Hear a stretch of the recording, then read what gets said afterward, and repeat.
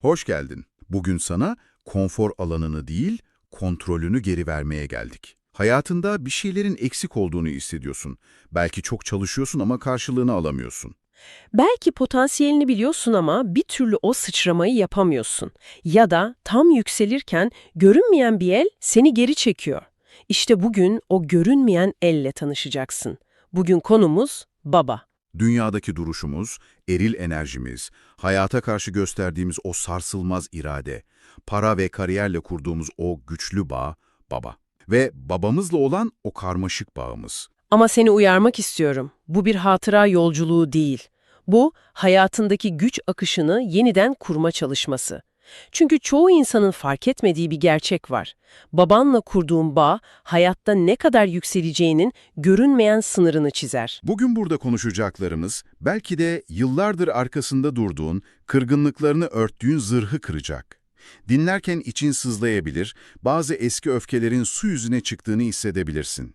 Zihnin sana susmanı ve bu konudan uzaklaşmanı söyleyebilir. Fakat sen şimdi, şu an bu yüzleşmeyi göğüslemeyi seçersen, yıllardır seni kısıtlayan, maddi bereketini tıkayan ve kendi hayatının lideri olmanı engelleyen o görünmez engeli kökünden atacaksın. Unutma, bugün şifalanmayı seçersen, senden sonraki nesillerin kaderini de değiştiren ata sen olacaksın. Gerçekten kendi hayatının lideri misin, yoksa görünmez bir sınırın içinde mi yaşıyorsun? Hayatında ne kadar ilerlersen ilerle, sanki böyle bir üst limit varmış gibi hissediyor musun? Otorite figürleri karşısında ezilen taraf hep sen mi oluyorsun mesela? Ya da tam tersi, onlara karşı sürekli kendini ispat etme çabasına girip kendini paraladığın, tükettiğin oluyor mu? Veya emeklerinin karşılığını bir türlü alamadığını, o bolluk ve bereketin başkalarına çok kolayca akarken sana hep böyle büyük zorluklarla ulaştığını düşündüğün anlar oluyor mu? Eğer bu saydıklarımız sana biraz bile tanıdık geldiyse, bugün sıradan bir farkındalık yaşamayacaksın. 7 kuşaktır ailende süregelen bu güçsüzlük ve yokluk zincirini kırmak için hazır mısın? Sana söz veriyorum, bu yolculuğun sonunda eskisinden çok daha güçlü, kendi ayakları üzerinde duran ve hayatın kontrolünü ele almış bir sen olacaksın. Niyet kapısında bugün, baba yarasının eril enerjinin nasıl bloke ettiğini ve maddi hayatının nasıl sabote ettiğini net bir şekilde göreceksin. Ardından o bilinç altında yatan yetersizlik kayıtlarını Ho'oponopono öğretisiyle nasıl temizleyeceğini keşfedeceksin. Ve en önemlisi, 7 kuşak baba travmalarını durdurarak hem kendini hem de soyunu özgürleştirecek o güçlü 7 kuşak baba şifası ritüelini uygulamayı öğreneceksin. Hazırsan başlayalım. Bütün bu süreci hayatımızdaki o görünmez tıkanıklıkları anlamak için önce en temele inmemiz gerekiyor bence. Gelişim psikolojisi veya içsel dönüşüm konuları açıldığında odağımız genelde refleks olarak anneye kayıyor ya hani. Anne iç dünyamızı temsil ederken baba dış dünyayı temsil ediyor. Şefkat, aidiyet, hayatta kalma güdüsü anneyle ilgili ama sınırlar, otorite, risk alma kapasitesi ve para doğrudan baba enerjisiyle bağlantılı. Eğer kendi hayatımızı devasa bir bina olarak düşünürsek, anne o binanın iç mimarisidir diyebiliriz. Yani evin sıcaklığıdır, dekorasyonudur, şöminedeki ateştir hani. Ama baba enerjisi o binanın dış cephesidir. Fırtınalara karşı duran taşıyıcı kolonlardır. Toplumdur, kurallardır, sistemdir baba. Kesinlikle. Baba figürü bireyin evden çıkıp dış dünyayla kurduğu o ilk köprünün ta kendisi. İlk temas noktası yani. Aynen öyle. Baba enerjisi dediğimiz şey sadece biyolojik bir cinsiyetten ibaret değil sonuçta. Psikolojik ve enerjetik düzeyde güçtür, otoritedir, disiplin kurabilme ve hayata karşı sınır çizebilme kapasitesidir. Bir çocuk anneyle olan o simbiyotik, yani iç içe geçmiş bağdan koptuğunda dünyada tek başına nasıl ayakta kalacağını babayı gözlemleyerek öğreniyor. Kuralları, karar alma mekanizmalarını falan hep babadan alıyor.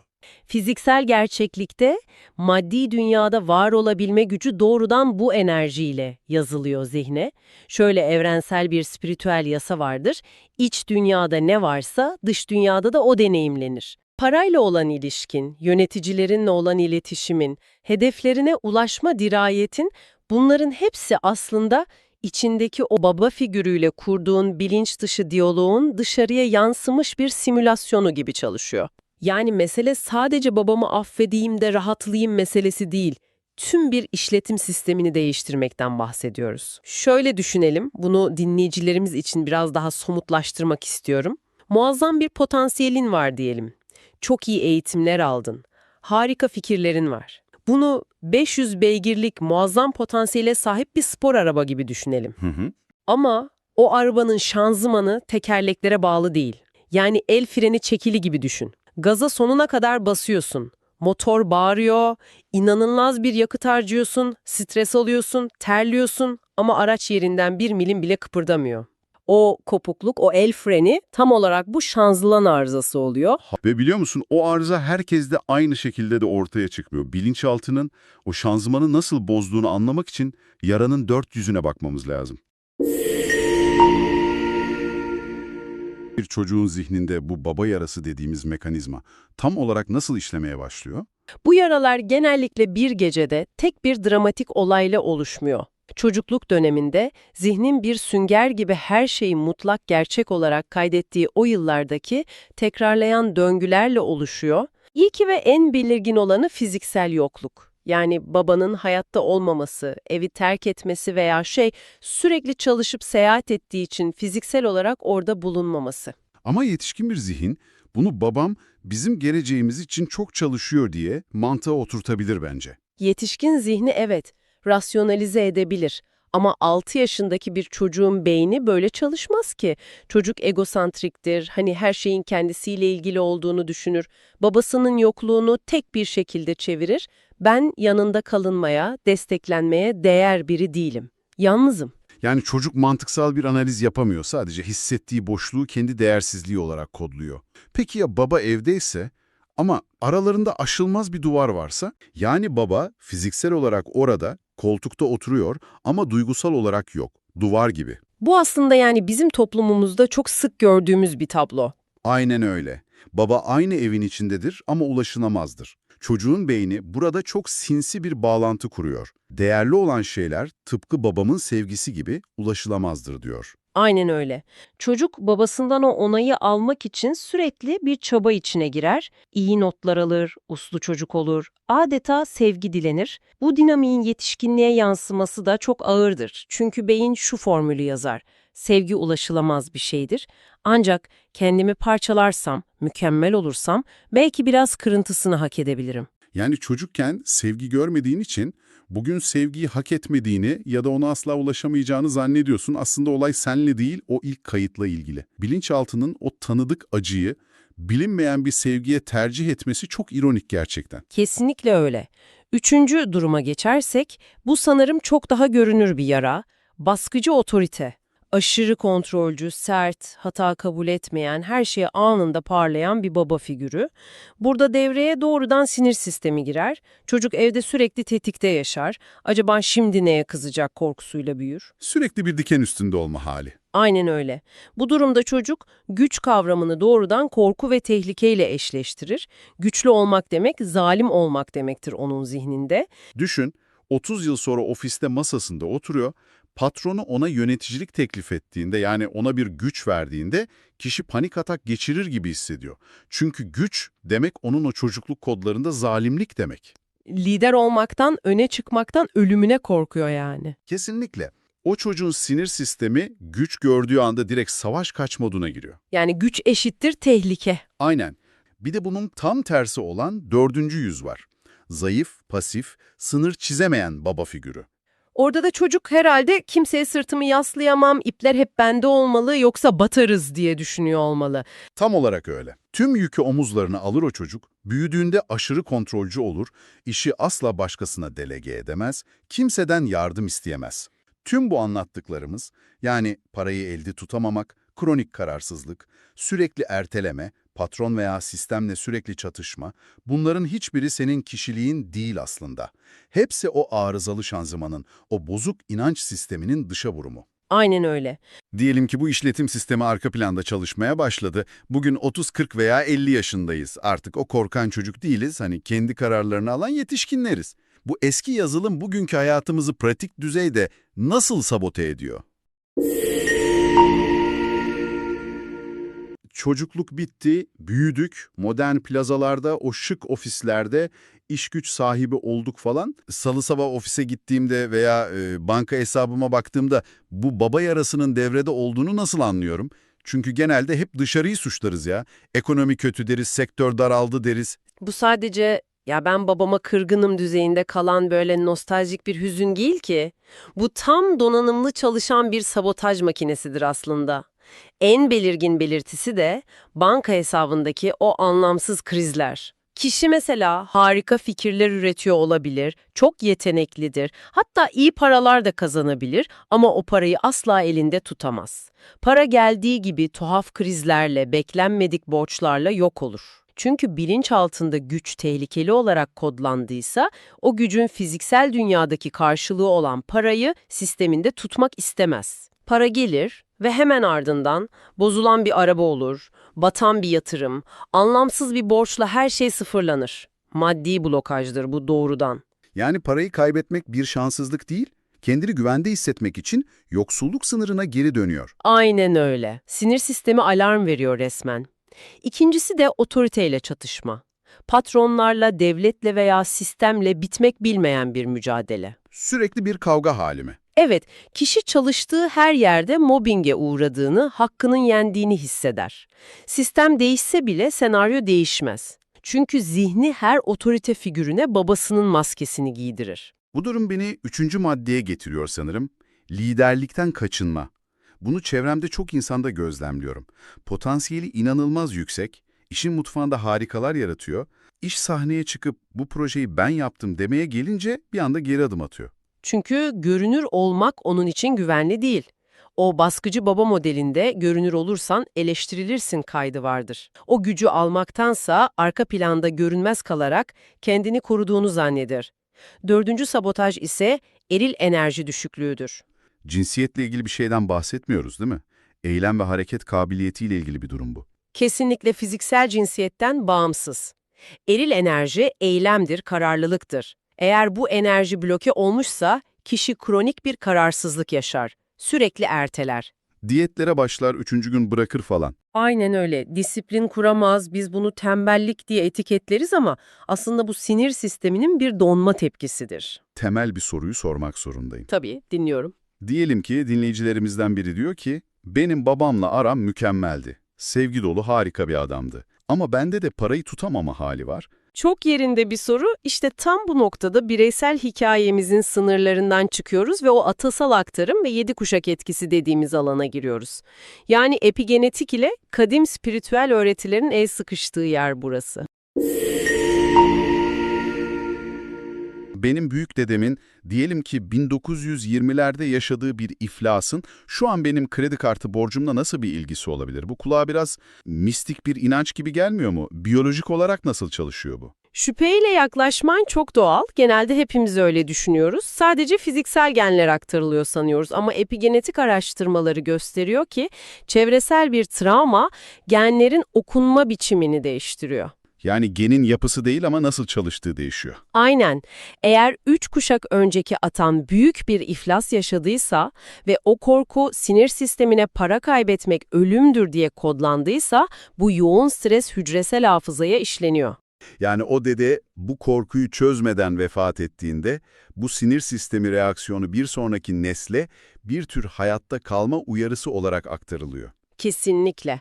Ailede para elinin kiridir gibi inançlar görünmez yasalar haline geliyor. Dolayısıyla senin şu an yaşadığın kilitlenme senin başarısızlığından değil, o dedenin yaşadığı devasa korkudan kaynaklanıyor olabilir. Sen o arabaya bindiğinde o el freni senden 4 kuşak önce çekilmişti zaten. El frenini kimin çektiğinin önemi yok. Önemli olan o frenin hala inik olmaması. Diyelim ki büyük dedem kumar oynadı, her şeyini kaybetti ve aileyi sefalete sürükledi. Benim şu an para kazanamama sebebim onun bu travmasıysa, bu durum tamamen kurban rolüne girmek değil mi? Yani benim suçum değil, genlerim böyle, ben ne yapabilirim ki noktasına çok kolay kayabiliriz gibi geliyor bana. Eğer meseleye sadece genetik ya da kader gibi yüzeysel bakarsak, tam bir kurban psikolojisi yaratır bu bilgi. Ama bu 7 kuşaklık zinciri kırmanın yolu, Ho'oponopono'nun merkezinde duran o en radikal kavramdan geçiyor. %100 sorumluluk ilkesi. Aynen öyle. Hayatında deneyimlediğin istisnasız her şey, ama her şey kendi bilinçaltındaki verilerin bir projeksiyonudur. Ve bunun %100 sorumluluğu sendedir. Bu %100 sorumluluk kavramını hemen netleştirelim. Açmamız şart. Sorumluluk demek, suçluluk demek değildir. Şöyle bir senaryo düşünelim. Sana atalarından bir ev miras kaldı. Ama evin çatısı akıyor, kolonları çatlak, içi döküntü içinde. Şimdi o evi sen o hale getirmedin, çatıyı sen çökertmedin. Yani ortada senin bir suçun yok, suç senin değil.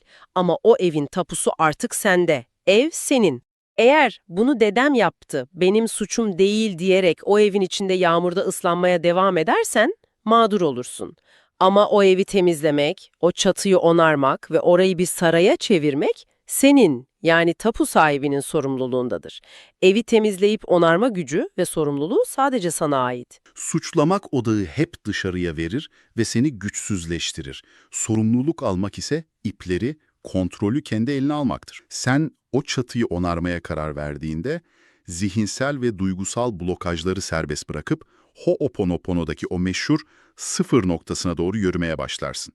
Geçmişin verilerinden, o ağır epigenetik mirastan arındığın, tamamen saf ilhama açık olduğun o limitsiz sıfır noktasına. Bu dönüşümü nasıl yapacağız? Tabii ki o çok güçlü Ho'oponopono mantraları ve anlamlarıyla yapacağız bunu. Hadi o döküntü evi nasıl saraya çevireceğimizi, bu yükleri nasıl sıfırlayacağımızı adım adım anlatalım. Bu 4 temel mantrayı sadece bir tekerleme gibi hızlıca sayıp geçmeyelim. Çünkü bu kelimeler o nöral yolları baştan inşa eden şeyler. Kesinlikle. Mekanik bir tekrar işe yaramaz. Bu 4 mantrayı gerçekten hücresel düzeyde hissederek, niyetin içine girerek söylemek gerekir. İlk mantramız, özür dilerim. Çoğu insan için özür dilemek bir yenilgi gibi geliyor. Neden özür diliyoruz? Kendimizi mi suçluyoruz yine? Hayır, bu bir yenilgi değil. Bu içindeki o yaralı parçayı, o tıkanıklığı fark ettiğinin ve onu onurlandırdığının çok samimi bir ifadesidir. O güne kadar savaştığın, bastırdığın duygulara seni görüyorum, senin varoluşuna gösterdiğim o bilinçsiz direnç için özür dilerim demektir aslında. Şefkatli bir yerden özür diliyoruz yani. Evet, tam bir şefkat. Şu cümleyi hissederek, gözlerini kapatıp baba enerjisine niyet ederek söylemelisin. Baba hattımdan taşıdığım tüm acı, öfke ve bilinçaltı yükler için, güçle, otoriteyle ve varlıkla arama koyduğum tüm bilinçsiz dirençler için özür dilerim. Bunu söylerken bile o direnci bıraktığında insan sanki omuzlarından koca bir ağırlık kalkıyor gibi hissediyor. Peki ikinci mantra nedir? Lütfen beni affet. Bu ifade kendi ışığımızı kıstığımız, bastırılmış o potansiyelimizi kabul etme halidir. O korkular yüzünden kendimizi nasıl sabote ettiğimizde yüzleşmek ve kendi içsel gücümüzden af dilemektir. Kendimize ettiğimiz haksızlıklar için. Şöyle niyet ediyoruz bu sefer, kendi gücümü reddettiğim, potansiyelimi bastırdığım ve geri çekildiğim her an için baba enerjisiyle kurduğum kırgın bağlar ve bilinçsiz yargılarım için beni affet. Kendi gücümü reddettiğim her an için beni affet. Üçüncü mantramız teşekkür ederim. Şükran frekansı çok güçlüdür. Deneyimi bir dönüşüm fırsatı olarak görmeyi sağlar. Bir hediye, bir uyanış çağrısı gibi o yaşadığın zorlukları bir ceza olarak değil de uyanman için bir fırsat olarak gördüğünü sisteme beyan etmektir. Şöyle söylüyoruz, bana bu deneyimi yaşatarak içsel gücümü hatırlama fırsatı sunduğun için, baba hattımdan gelen tüm dersleri fark etmemi sağladığın için teşekkür ederim. Ve finali de 4. mantramızla yapıyoruz. Seni seviyorum. Seni seviyorum. En yüksek frekans. Evet, bu reddettiğin, belki öfkelendiğin o eril enerjiyle yeniden bağ kurma halidir. İçindeki o liderliği, o kararlılığı sevgiyle kucaklamaktır. Cümlemiz de şu, içimdeki eril gücü, liderliği ve kararlılığı seviyorum ve kabul ediyorum. Baba enerjisini sevgiyle onurlandırıyor ve onunla uyum içinde olmayı seçiyorum. Özür dilerim. Lütfen beni affet. Teşekkür ederim. Seni seviyorum. İnsan bu mekanizmayı anlayınca ne kadar muazzam bir sistem olduğunu bir kez daha fark ediyor. Ve biliyor musun, sen bu temizliği yaptığında sadece kendi hayatındaki o maddi manevi tıkanıklıkları çözmekle kalmıyorsun. Hücrelerin değiştiğinde o frekans bütün bir soy ağacında yayılıyor. Dinleyicimiz bu ritüeli tam olarak nasıl yapacak? Bu ritüel, mantığı devreden çıkarıp doğrudan bilinçaltının işletim sistemine giren çok derin bir kodlama çalışması. Önce frekansımızı ayarlamamız şart. Şimdi kendin için çok kıymetli bir alan açıyorsun. Acele etmeden sadece benim sesimi takip et. Bulunduğun ortamda rahat bir pozisyon al. İster otur, istersen uzan, nasıl rahat edeceksen. Telefonunu sessize aldığından emin ol. Dikkatini dağıtacak her şeyi şimdi bırak. Gözlerini yavaşça kapat. Burnundan derin bir nefes al, sadece bekle ve ağzından yavaşça ver. Tekrar derin bir nefes al ve bırak. Şimdi zihnini geçmişten, gelecekten, tüm yüklerden arındır. Sadece şu andasın, sadece buradasın. İçinden ya da istersen hafifçe sesli olarak niyet et, baba soyumdan gelen tüm eril enerji blokajlarını, maddi tıkanıklıklarını ve otorite yaralarını şimdi ve burada Ho'oponopono'yla şifalandırmaya, atalarımla ve kendimle olan bağımı sevgi ve ışıkla yeniden kurmaya niyet ediyorum. Şimdi zihninde babanı karşında gör. Onun arkasında dedelerini ve onların arkasında 7 kuşak boyunca uzanan bir erkekler zinciri. Hepsi bir ışık hattı gibi sana bağlı. Şimdi onların gözlerinin içine bak. Eğer aranda bir mesafe varsa, bir kırgınlık varsa, bunu gri bir sis bulutu gibi gör. Şimdi ellerini babanın omuzlarına koyduğunu hayal et. Onun enerjisini hisset. Sonra tüm atalarının enerjisinin sana doğru aktığını gör. Bu enerjinin kariyerine, bolluk bilincine, liderlik gücüne aktığını hisset. Derin bir nefes al yavaşça ve yine yavaşça nefesini geri ver. İşte işin felsefi olarak zirveye ulaştığı yer burası. Özür dilerim. Baba hattından taşıdığım tüm acı, öfke ve bilinçaltı yükler için, güçle, otoriteyle ve varlıkla arama koyduğum tüm dirençler için özür dilerim. Kendi gücümü reddettiğim, potansiyelimi bastırdığım, geri çekildiğim her an için, baba enerjisiyle kurduğum kırgın bağlar için lütfen beni affet. Şimdi bedenindeki hafiflemeyi hisset ve 3. adıma şükran duymaya geliyoruz. Teşekkür ederim. Bana bu deneyimleri yaşatarak içsel gücümü hatırlattığın için, baba hattımdan gelen tüm dersleri fark etmemi sağladığın için teşekkür ederim. Kalbinde minnet duygusunu hisset. Direncin kırılıp o bütünleşmenin sağlandığı an. Seni seviyorum. İçimdeki eril gücü, liderliği, kararlılığı seviyorum. Baba enerjisini sevgiyle onurlandırıyor ve onunla uyum içinde olmayı seçiyorum. Şimdi kalbinden çıkan bir ışığın tüm bedenini sardığını ve 7 kuşak boyunca yayıldığını gör, içinden şu cümleyi söyle. Geçmişin yüklerinden arındım, eril enerjim dengelendi, hayatımın, kariyerimin ve bolluğumun lideriyim. Derin bir nefes al ve yavaşça ver. Ayak tabanlarını hisset, bedenini hisset. Hazır olduğunda gözlerini yavaşça açabilirsin. Bunu bilinçaltı direnci kırılana dek minimum 21 gün yapmak şart. Dinleyicimizin zihninde bazı haklı sorular belirebilir. Bu soru işaretlerini tek tek giderelim istiyorum. Soru şu, maddiyatla ilgili. Babanın yokluğu ya da aramızdaki o kopukluk benim banka hesabımı neden ve nasıl etkiliyor? Burada Pierre Frank'ın rezonans kanununa bakmamız lazım. Sen bir radyo istasyonu gibisin. Bilinç altındaki yokluk hissi, ben desteklenmiyorum inancı, dış dünyadaki bolluğu fiziksel olarak bloke eder. Frekansın kıtlıksa bolluğu çekemezsin. Mantıklı. Peki ikinci soruya geçeyim. Ya içimden babamı hiç affetmek gelmiyorsa, hani kendimi mi zorlayacağım? Az önce Eckhart Tolle'nin şimdinin gücü yaklaşımıyla değindiğimiz yer burası. Duyguyu kabul et, zorlama. Ho'oponopono mantraları mantığa değil doğrudan bilinçaltına çalışır. Sen sadece söylemeye devam et, o direnç zamanla kendiliğinden eriyecektir. Peki üçüncü soru. Ben neden sürekli aynı otorite krizlerini ya da aynı kariyer sorunlarını, o döngüleri yaşıyorum? Joe Dispenza'nın nörolojik döngü kavramını hatırla ve Joe Vitale'nin Zero Limit öğretisini. Dış dünyayı, yani o döngüyü değiştirmek istiyorsan, içerideki o duygusal tepki alışkanlığını sıfırlamalısın. Dışarısı sadece içerinin yansıması. 4. soruya geleyim. Atasal şifa yaparken tam olarak odak noktamız ne olmalı? Diana Cooper'ın birlik yasası gereği niyetimiz sadece kendimizi kurtarmak değil. O 7 kuşağı bu karmadan, bu yükten özgür bırakmak olmalı. Odak hep o büyük bütüne şifa vermek. Peki 5. sorum, bu gücü hayatın liderliğini almak için nasıl günlük rutine dönüştürebiliriz? Günde sadece 10-15 dakikanı bu ritüele ayır ve gün içinde tetiklendiğin, hani o otoriteyle çatıştığın her kriz anında o 4 cümleyi içinden geçir. 21 gün kuralına sadık kal.